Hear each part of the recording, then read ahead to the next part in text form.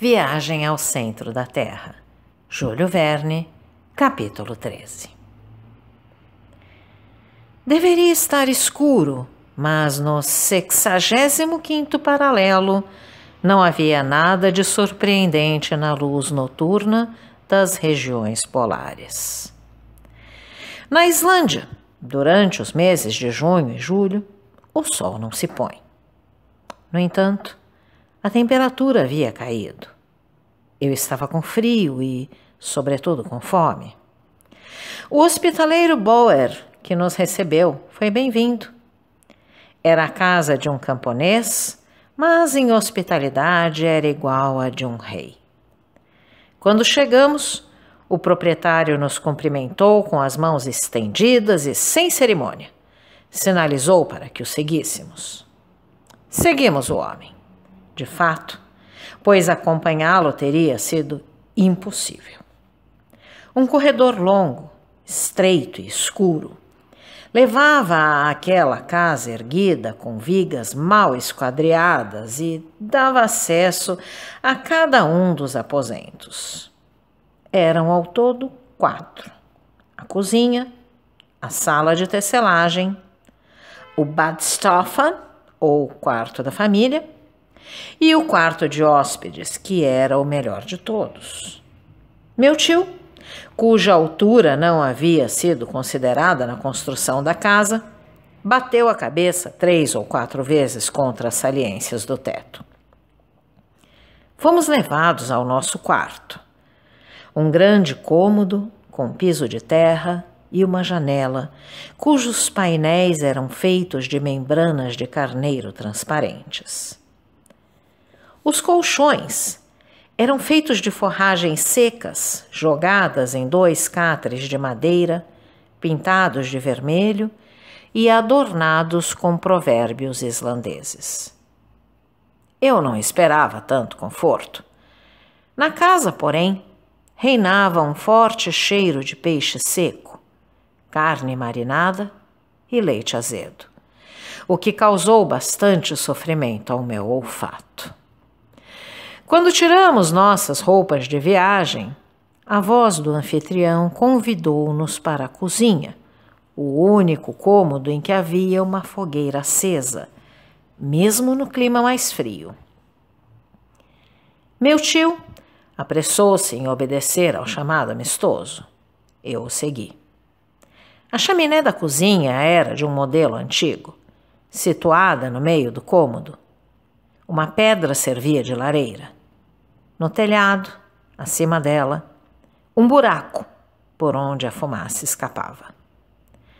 A cozinha também servia de sala de jantar. Quando entramos, o anfitrião, como se não tivesse nos visto antes, nos cumprimentou com a palavra salverto, que significa sejam felizes, e nos beijou na bochecha. Depois dele, sua esposa pronunciou as mesmas palavras, acompanhadas do mesmo ritual. Então os 2 cônjuges, colocando a mão direita sobre seus corações, curvaram-se em reverência.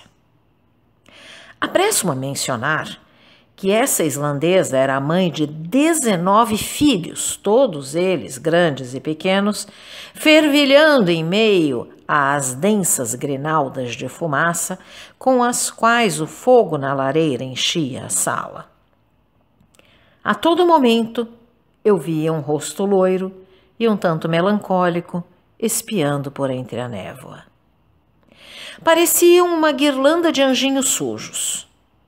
Meu tio e eu tratamos com gentileza aquela ninhada e logo estávamos com 3 ou 4 pirralhos por sobre os ombros, muitos no colo e o restante entre os nossos joelhos. Aqueles que falavam ficavam repetindo "Salverto!" em todos os tons imagináveis. Aqueles que não podiam falar compensavam esse fato gritando. A sinfonia foi interrompida com o anúncio da refeição. Naquele momento, nosso caçador retornou. Ele havia acabado de alimentar os cavalos, o que significa dizer que, economicamente, os soltara nos campos. Os pobres animais tiveram que se contentar em pastar o espaço musgo nas rochas e alguns sargaços que ofereciam pouco sustento. E, no entanto, no dia seguinte, eles não deixaram de voltar por conta própria para retomar os trabalhos do dia anterior. "Salverto!" disse Hans. Então, de maneira calma e automática, ele beijou o anfitrião, a anfitriã e seus 19 filhos, sem dispensar ênfase a um beijo mais do que outro. Terminada a cerimônia, sentamo-nos à mesa.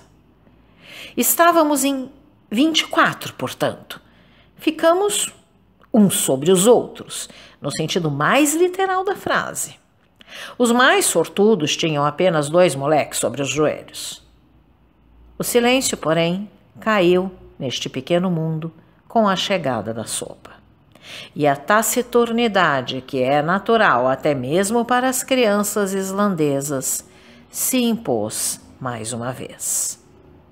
O anfitrião nos serviu uma sopa de líquen, que nada tinha de desagradável, e depois uma enorme porção de peixe seco, que flutuava em manteiga envelhecida há 20 anos, e era, portanto, muito mais preferível à manteiga fresca, de acordo com os conceitos islandeses de gastronomia.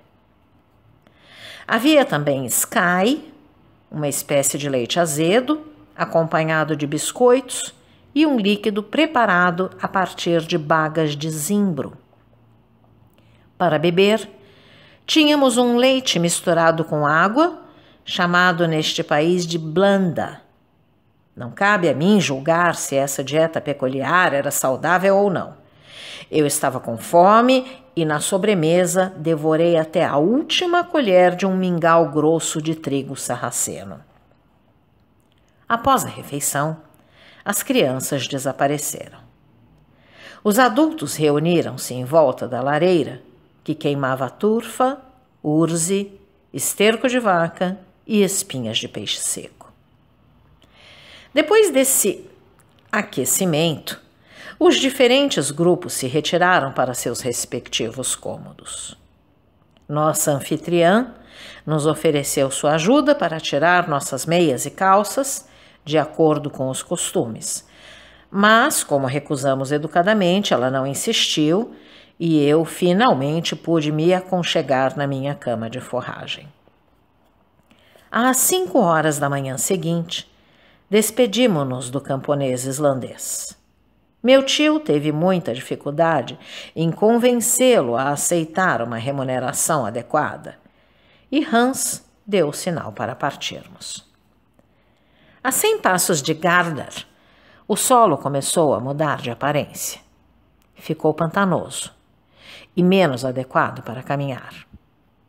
À nossa direita, a cadeia de montanhas se estendia indefinidamente, como um imenso sistema de fortificações naturais, cuja contraescarpa acompanhávamos. Muitas vezes, precisávamos atravessar riachos com muito cuidado e sem molhar demais as bagagens. O deserto tornou-se cada vez mais desolado. Contudo, de tempos em tempos, uma sombra humana parecia fugir ao longe.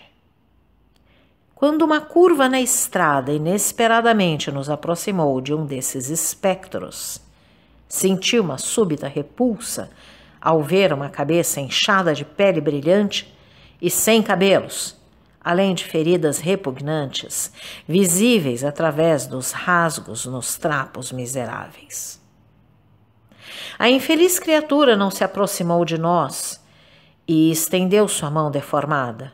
Ao contrário, escapuliu, mas não antes de Hans cumprimentá-la com o habitual "Salverto!" "Spettelsk!" disse ele. "Um leproso", meu tio repetiu. A palavra em si teve um efeito repulsivo. A horrível doença conhecida como lepra é bastante comum na Islândia. Não é contagiosa, mas é hereditária. Portanto, os leprosos são proibidos de se casar. Essas aparições em nada animavam uma paisagem que se tornava profundamente melancólica. Os últimos tufos de grama haviam morrido sob nossos pés. Não havia uma árvore à vista, a não ser alguns ramos de bétulas anãs que mais se assemelhavam a mato. Tampouco se viam animais, exceto alguns cavalos que vagavam pelas planícies desoladas e cujo dono não podia alimentar. Às vezes, um falcão planava nas nuvens cinzentas e então disparava rapidamente para o sul. Entreguei-me à melancolia dessa natureza selvagem, e minhas lembranças me levaram de volta à minha terra natal. Logo tivemos de atravessar vários pequenos e insignificantes fiordes e, por fim, um autêntico golfo. A maré ainda permitiu-nos atravessar sem demora e chegar ao povoado de Alfanes, 1 milha além. Naquela noite, depois de atravessar 2 rios cheios de trutas e lúcios, chamados Alfa e Eta, tivemos que passar a noite em uma fazenda abandonada, digna de ser assombrada por todos os elfos da mitologia escandinava. Não havia dúvidas de que o fantasma do frio havia se instalado ali e se feito presente a noite toda. Nenhum evento específico marcou o dia seguinte. Sempre o mesmo solo pantanoso, a mesma monotonia, a mesma aparência melancólica. Ao anoitecer, concluímos metade da jornada e passamos a noite no anexo da igreja de Crossroad. No dia 19 de junho, a lava se espalhou sob nossos pés por cerca de 1 milha. Esse tipo de solo é chamado de Raun naquele país. A lava enrugada na superfície tinha o formato de cabos, às vezes esticados, às vezes enrolados.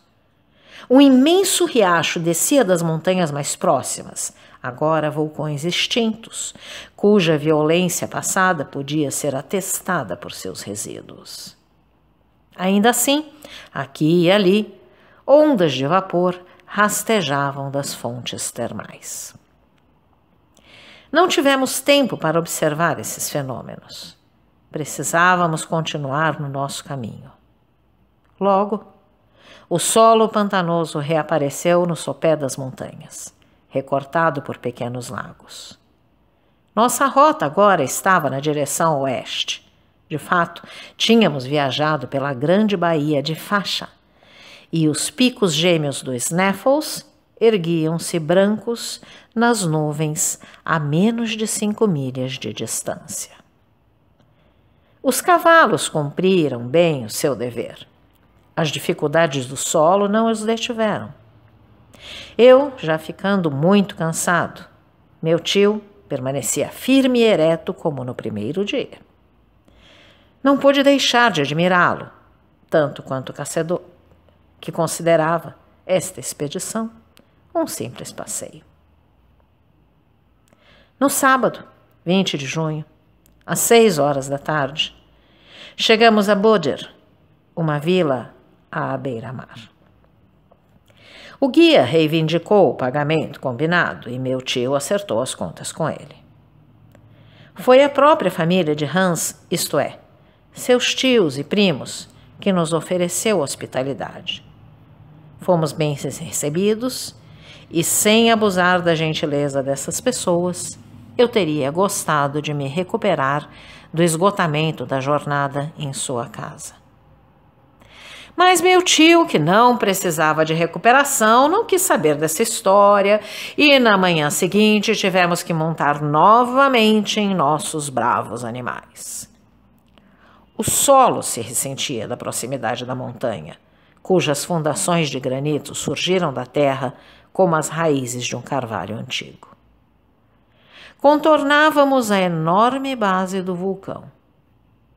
O professor mal tirava os olhos dele. Gesticulava, parecia desafiá-lo e dizia: "Aqui está o gigante que eu vou domar!"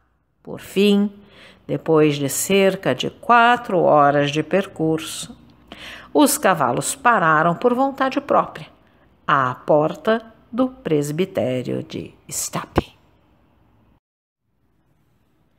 Então, caro audioleitor, se você gostou deste conteúdo, deixe seu like e inscreva-se no canal ativando o sininho para ser notificado dos próximos vídeos, com os próximos capítulos deste e de outros livros que estarei publicando. Um grande abraço e até a próxima!